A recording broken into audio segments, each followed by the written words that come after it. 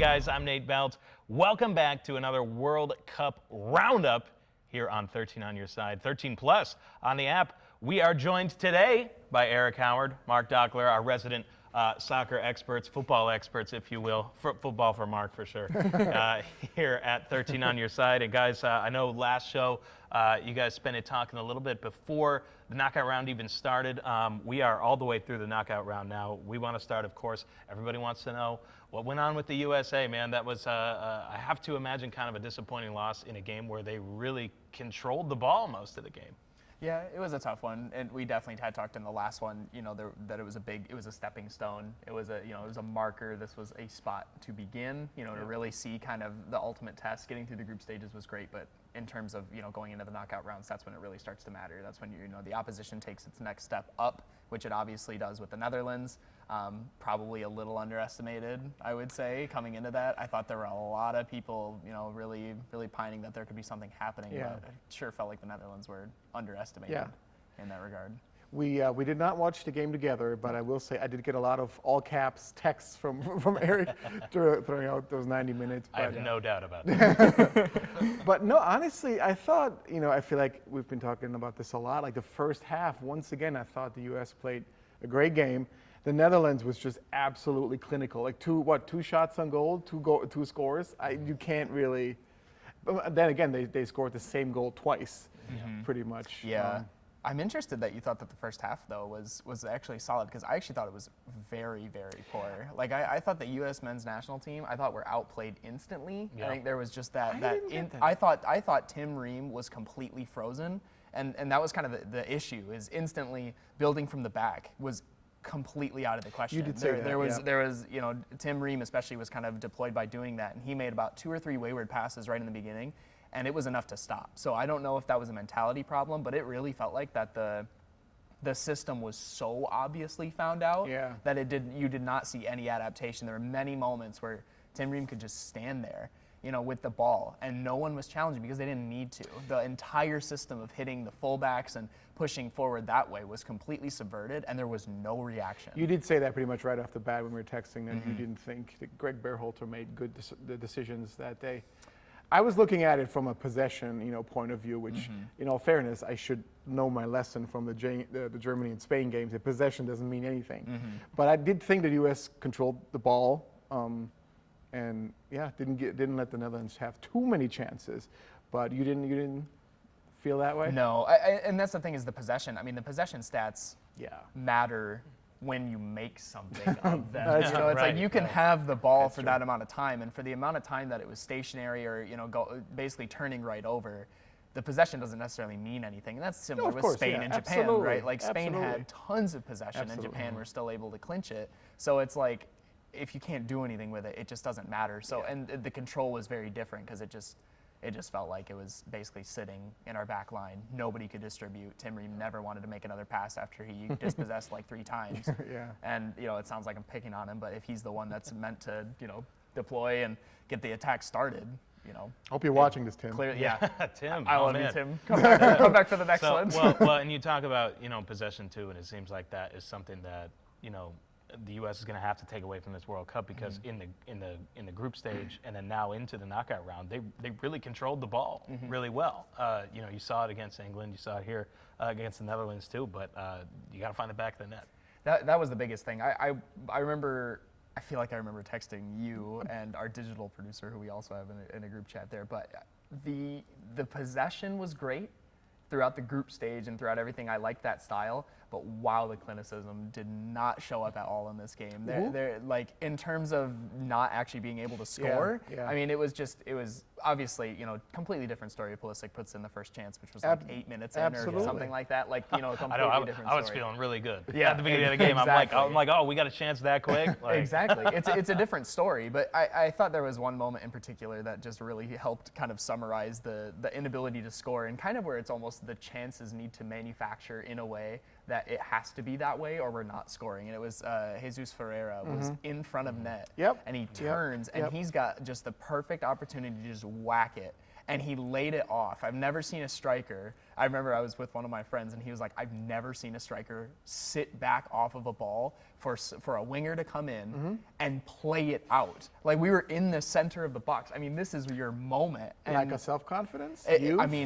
I mean, it was his first minutes in the World Cup. Right. His first minutes in the World Cup were against the Netherlands in the knockout stage. Of course. Like, it's insane. After Pulisic had the first chance, like you guys said, in the 8th minute, and he missed, and got a text from our sports director, Jamal Spencer, just along the lines of, yeah, this will not end well, or this will, we'll have to pay for this one. And like 5 minutes later, so. Exactly. Yeah, the finishing is something I think that a lot of the attention has turned to. That it seemed like a lot of those components were there, and almost the idea there, of crossing into a forward, but did not have any strong center forwards really that could come on and not only work as a link up. Like Haji Wright scored, and he works off of that, but he's, in terms of his link-up play, I mean, that's not the greatest. So I think the striker is probably the next big project. I think that needs to be looked at, over the next coming years for the U.S. because you got to score your chances. We had great possession and great chance build-up, but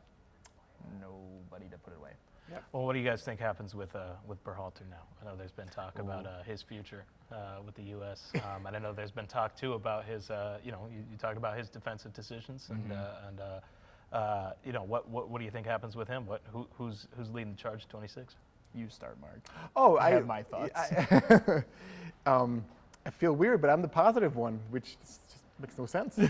But no, I realistically, I think reaching the round of 16 is a success for the United States, especially after a 8-year hiatus.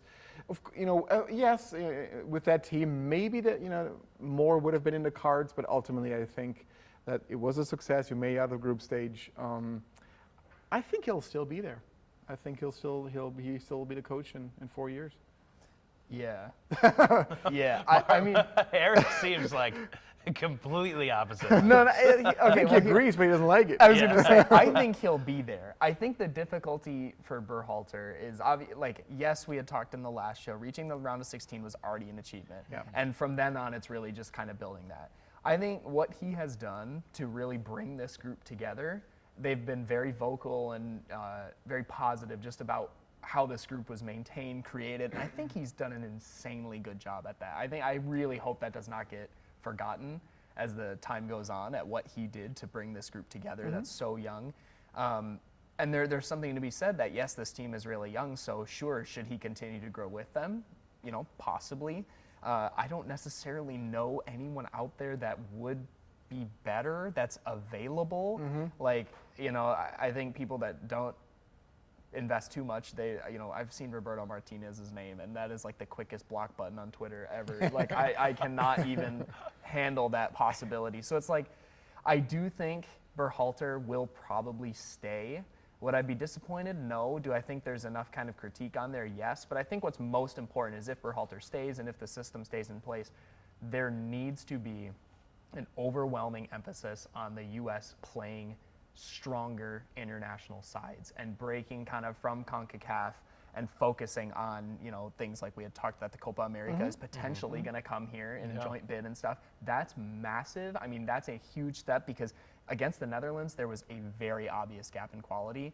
And so I think this team needs to be really tested against that. And also we need to start that trend that if you play for the U.S. men's national team, you will get some exposure to that stuff. You will get some exposure to better talent so that, a round of 16 becomes, in a good way, less of a success. Reaching the quarters is like, okay, that's maybe where we should go. And so I do think he possesses the ability to grow within something like that, and then potentially take us to the next step, through there. So we'll have to see. We will wait and see for sure. So we want to move on, from the U.S. We've had we were just kind of talking off air a little bit, not a ton of surprises here in the opening round of the knockout stage, of course, except for one pretty exceptional surprise. Morocco taking Spain to PKs and moving on to the next round. You guys watching that game, how much of a surprise was this for you to hear?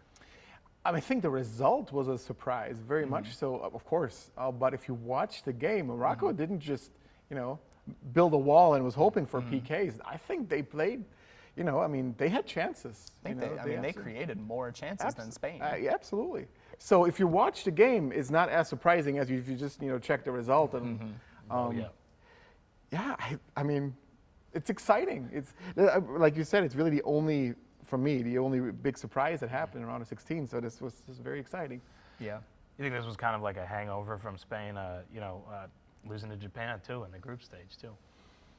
I was gonna say you're the Spain guy because you love talking about Spain. So well, they just we can't beat them. So Germany can't beat them. So am I happy that Spain's going home? Of course I am. But but no, I mean, I love you, Spain. They still do, but just you know, I don't know.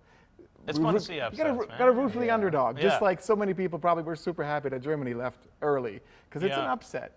But it is funny that the so-called, you know, the touted group of death, they're all home now. Germany, Japan, Costa Rica, and Spain. You know, none of them are still in the tournament. So that's interesting to me. But yeah, blockbuster group. But when it came to the actual knockouts and everything like that, it was a struggle. I thought that Morocco-Spain game was incredible. It was amazing. It was such a nail biter, and there were so many instances where Spain were arguably bailed out. And I mean that penalty shootout was just that is literally the most like incredible shootout where every single penalty you saw a different change. Like it was like because often than not it's usually very like back and forth, but they just kept missing, and the Moroccan fans were just louder and louder, and the excitement and everything was building. And I mean for that last one.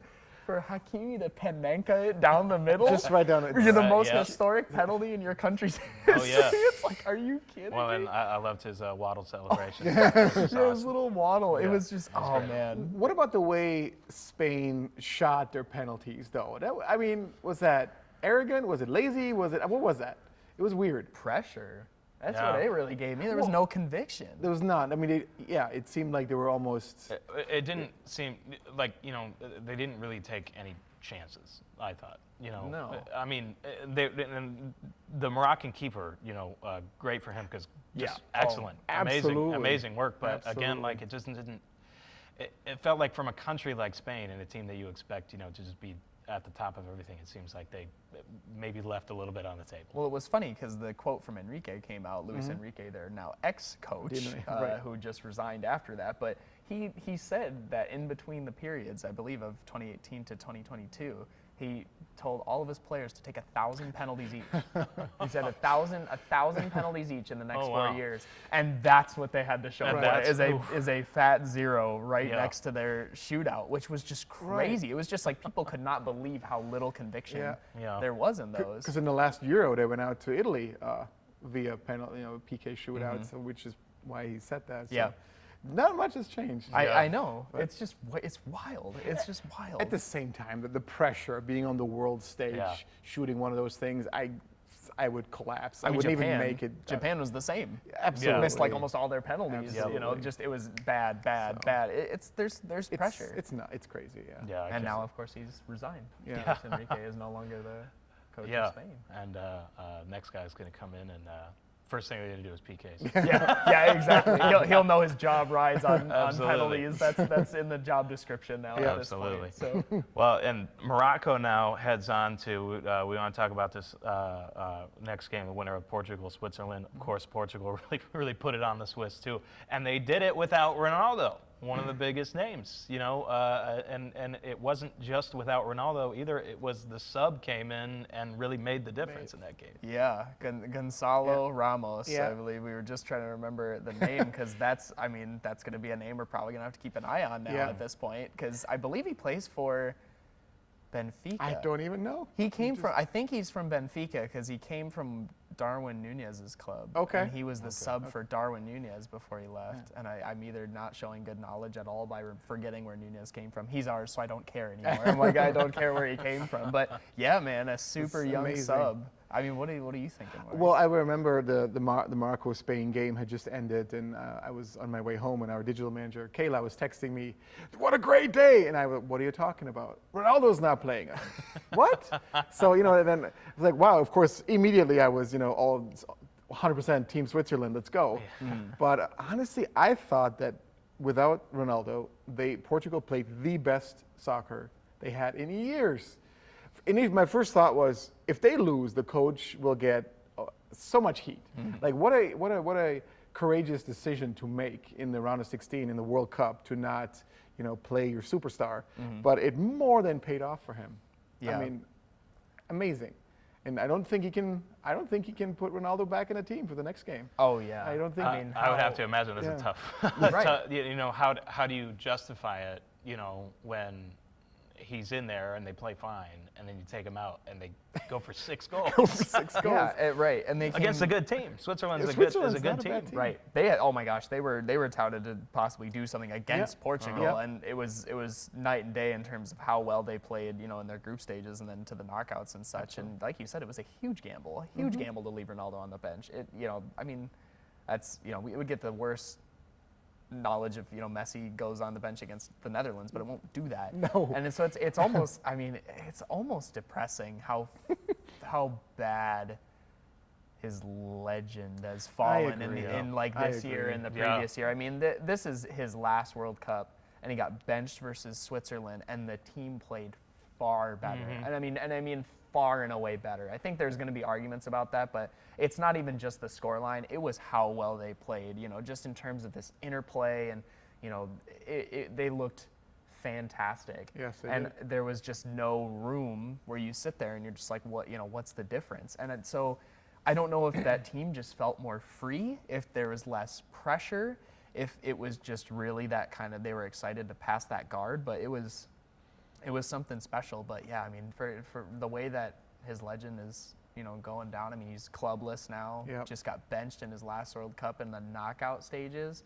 What are the rumors that he's going to Saudi Arabia for 200 million a year or something like that. And I think it was denied, but something like that. But it's still stirring in there. Like, yeah, there's just so much uncertainty over how his career finishes, and it sits at this point where it was like, yep, the World Cup will be the stage where he's going to prove kind of what he's been talking about and what he's been really putting himself on a pedestal for, and he's benched against Switzerland, and now Gonzalo Ramos has more knockout stage goals than Ronaldo has ever had. Oh, man. I believe in his career. I believe in one game. A hat trick, first hat trick of Qatar. Yeah. And it's just like how quickly you can be eclipsed like that. It's amazing, But it was obviously a fantastic game, and now they go against Morocco, and so it's a quarterfinal. The stakes are a little higher there. I think it's an insanely difficult decision for the coach. Yeah. To either bring in Ronaldo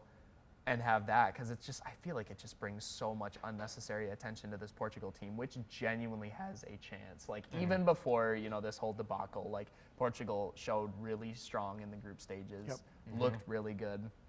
Talent pool is insane. It is. Yeah. So it'll be a tough decision to figure out who to start against Morocco, because they surely would have the semifinals in their sights, in terms of that draw, because it's favorable. Right. But yeah.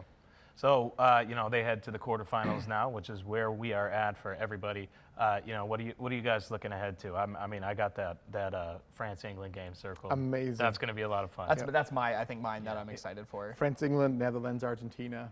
Just amazing. Well, and that's got to be, for Ronaldo sitting on the other side of the bracket and watching his lifelong rival, Messi, is still killing it in his last World Cup, too. That's also got to be painful, sitting on the bench for that. Yep. Yeah. I'm sure. Yeah, I think Croatia most likely fall to Brazil, just because they've just been insanely strong. Yeah. I mean, it seems like tough. Seems like literally every game they've scored the goal of the tournament. Every single one. I'm sitting at my desk out here, and literally I'll just have to throw myself back, just being like, oh my gosh, like I can't believe they did that, because they're just the interplay, the togetherness. Like, I know the dancing thing, like if we were going to do any controversy talk this time, but the fact that they had tons of dances planned and danced on the pitch, there was so much just negativity surrounding that. I could not believe it.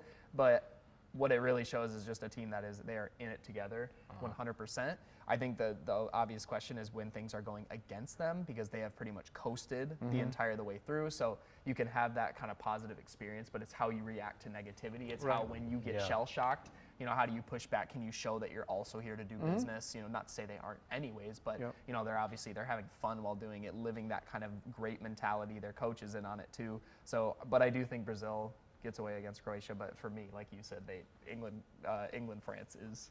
That's the game of the quarters for sure. The one for me Absolutely. personally. I think the narratives and such there, and we said Mbappe was the one to watch for. If Mbappe wakes up and he feels like reaching the semifinals, he will reach the semifinals. Yeah. That's how good he was last time. Just amazing to watch. I was gonna say we said he was the one to watch, and then the very next game they played, he scored 2, right? Yeah. Absolute masterclass of a performance. It was insane. Was that the first time we got something right? Yeah, something like that. No, but he was out of the world. He really felt like he could do whatever he wanted. Do we want to give up some wagers, some guesses here? Sure. Yeah. I really like Modric, and this is definitely his last World Cup. But I think I totally agree with you guys. I think Croatia will lose to Brazil. I'm saying 0-2. Brazil 2, Croatia 0. So now, if England-France is your game, I say give your prediction on that one.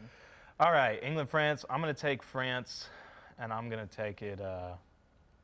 Give me 3-2. I like a high-scoring affair. That sounds I exciting. could totally see that. I like a actually. high-scoring affair. I could definitely see that. So then, am I responsible for both Netherlands, Argentina, and Portugal? Yeah, I want to put it all on your shoulders. Yeah, no, I Eric. think it's your duty. I mean, Spotlight. Netherlands, Argentina. I think probably 2-1 to Argentina. Yeah. Okay. I'd say probably 2-1 Argentina. I don't think that one goes necessarily as high scoring, but I think Portugal, it's a 2-0 against Morocco. Yeah, Personally, unfortunately. I don't necessarily see them scoring. I love the Cinderella run, but I don't see them getting past Portugal. Just in terms of where we're at right now, it's in terms of the fairy tale, Cinderella runs and such. I mean, I think this will be tough, but I don't know if they can. I don't want it to be over. I know, you want it to keep going. It'll be one to watch though. It's got all the narratives and all the fun around it. So yeah, there's our internet. It lives on the internet forever. Our predictions. Yeah, so we're either the worst of all time. I want to make sure that you hold us to this. Absolutely. And just absolutely blast us online when we're wrong. So make sure the Twitter handles and like the Instagram handles and stuff come on the bottom. Maybe like our addresses. Oh, sure. Come to our house. Would be great. Yeah, no, we love that. Come to 13 on your side. Tell us how much we suck. That's what we want to know. Awesome. Well, guys, thank you so much. Always fun talking a little football with the gents here at 13 on your side. Thanks for joining us. We'll see you again after the quarters. We're getting to the semis. Crazy that we are already coming down there. I say that like it's not December and we're watching a World Cup, but feels like it's gone through really quickly. So thanks for joining us. We will see you here next time. Enjoy the games.